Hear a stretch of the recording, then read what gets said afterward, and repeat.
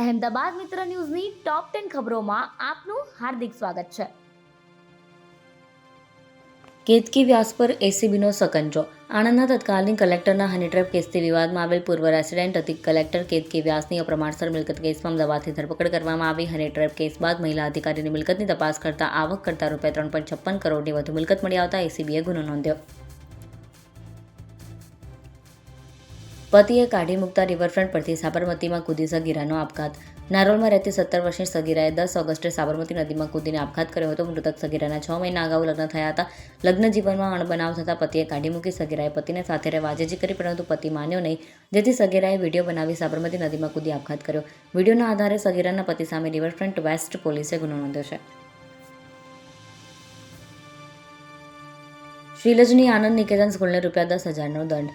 અમદાવાદના શીલજ વિસ્તારમાં આવેલ આનંદ નિકેતન સ્કૂલમાં યુસુફ મલાલાનું પુસ્તક અને નાસ્તામાંથી કાચનો ટુકડો મળી આવવાના બે ગંભીર વિવાદો બાદ જિલ્લા શિક્ષણ અધિકારી કચેરી દ્વારા કડક પગલાં લેવાયા છે. ડીઈઓ રોહિત ચૌધરીની સૂચના બાદ સ્કૂલ પ્રશાસને કરિક્યુલમ ડિઝાઇનર, એજ્યુકેશન કન્સલ્ટન્ટ, મુંજા સમ્સ, કેન્ટીન ઇન્ચાર્જ અને 2 સુપરવાઇઝરને બરતરફ કર્યા છે. ઉપરાંત સ્કૂલને ₹10,000નો દંડ ફટકારી કાયદેસરનો રિપોર્ટ રજૂ કરવામાં આવ્યો છે.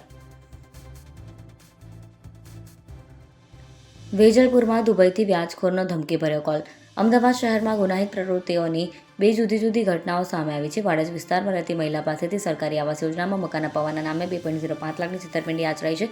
જ્યારે બીજી ઘટનામાં વેજલપુરના કાપડના વેપારીને તેમના જમાઈની વ્યાજ મુદ્દલની લેતી દેતી મામલે દુબઈથી જાનથી મારી નાખવાની ધમકી મળતા બંને મામલે સંબંધિત પોલીસ સ્ટેશનોમાં ફરિયાદ નોંધાઈ છે. રેપિસ્ટ લંગડાતો આવ્યો અને કોર્ટમાં હાથ જોડી બેસી રહ્યો. ગત 9 ઓગસ્ટના રોજ અમદાવાદના જોધપુરમાં સિક્યુરિટી ગાર્ડે ફ્લેટના ધાબા પર ઇન્ટિરિયર ડિઝાઇનર પર દુષ્કર્મ આચર્યું હતું. આજે આરોપી ધરમસિંહ રાઠોડને પોલીસે 5 દિવસના રિમાન્ડની માંગ સાથે અમદાવાદ ગ્રામ્ય મેજિસ્ટ્રેટ કોર્ટમાં રજૂ કર્યો. આ દરમિયાન તે કોર્ટમાં લંગડાતો આવ્યો અને 2 હાથ જોડીને સતત ગુમસુમ બેસી રહ્યો. નિકોલ રિંગ રોડ પર 1 માસનું બાળક ત્યજી દેવાયું. શહેરના નિકોલ વિસ્તારમાં એસપી રિંગ રોડ પર આવેલ સુપ્રિયા હોટલ સામેના સર્વિસ રોડ પર એક લીમડાના ઝાડ નીચે 1 માસનું બાળક ત્યજી દીધેલી હાલતમાં મળી આવ્યું. વહેલી સવારે બાળકના રડવાનો અવાજ આવતા રાહદારીઓ અને કાર ચાલકનું ધ્યાન ગયું. આ અંગે નિકોલ પોલીસે અજાણ્યા વ્યક્તિ સામે ગુનો નોંધી તપાસ શરૂ કરી. દારૂના નશામાં યુવકની ગાળાગાળી. સિંધુ ભવન રોડ પર મોડી રાત્રે યુવકે પાન પાર્લરમાં દારૂના નશામાં ધમાલ મચાવી. રીચ પાન પાર્લરના સ્ટાફ સાથે સાણંદના પ્રકાશજી પરમારે મસાલો બનાવ તને કીધું ને એવું કહીને ગાળાગાળી કરાઈ. એટલું જ નહીં, પાન પાર્લરની બહાર રોડ પર બેફામ સેવણા ગાડી દોડાવીને ડિવાઈડર સાથે અથડાવી. આ મામલે પોલીસે દારૂ પીવાનો ધાક ધમકી અને ઝઘડાની ફરિયાદ નોંધી છે. આસરવા સિવિલ હોસ્પિટલ ગેટ નંબર 7 બહારનો કટ બંધ કરાયો. શહેરના પૂર્વ વિસ્તારમાં સતત વધતી ટ્રાફિકની સમસ્યાને પહોંચી વળવા માટે પૂર્વ ટ્રાફિક પોલીસ દ્વારા વધુ એક મહત્વપૂર્ણ નિર્ણય લેવામાં આવ્યો છે, જેમાં આસારવામાં આવેલી સિવિલ હોસ્પિટલના ગેટ નંબર 7ની બહાર આવેલો ડિવાઈડર કટ ટ્રાફિક પોલીસે કાયમી ધોરણે બંધ કરી દીધો છે. અગાઉ આ કટ ખુલ્લો હોવાના કારણે અહીંથી સતત વાહનોની રોંગ સાઈડમાં અવરજવર થતી હતી, જેના લીધે ભારે ટ્રાફિક જામ સર્જાતો હતો.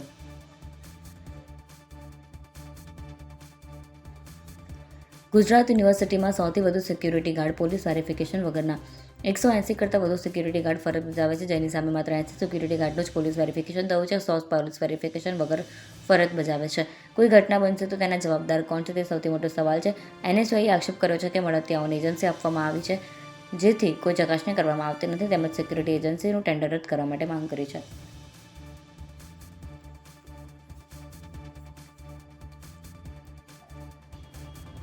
સાયબર ક્રાઇમે 11 લોકોને ₹2.60 કરોડ રિકવર કરી પરત આપ્યા. ઓનલાઈન છેતરપિંડી અને સાયબર ફ્રોડના સતત વધી રહેલા કિસ્સાઓ વચ્ચે સાયબર ક્રાઇમ પોલીસે મોટી સફળતા મેળવી છે. છેલ્લા 1.5 મહિનામાં boss scam, digital arrest, investment fraud અને એપીકે ફાઇલ ફ્રોડ જેવા ગુનાઓના ભોગ બનેલા 11 જેટલા અરજદારોની ₹2.60 કરોડ જેટલી મસ્ત મોટી રકમ રિકવર કરીને તેમના ખાતામાં પરત જમા કરાવવામાં આવી છે. આ સફળતાના ભાગરૂપે પોલીસ કમિશનર કચેરી ખાતે 'તેરા તુજકો અર્પણ' કાર્યક્રમનું આયોજન કરવામાં આવ્યું હતું. અહેમદાબાદ મિત્ર ન્યૂઝની યુટ્યુબ ચેનલને સબસ્ક્રાઇબ કરો અને બેલ આઇકન જરૂરથી દબાવો, જેથી મહત્વના સમાચાર આપના સુધી જલ્દીથી પહોંચે.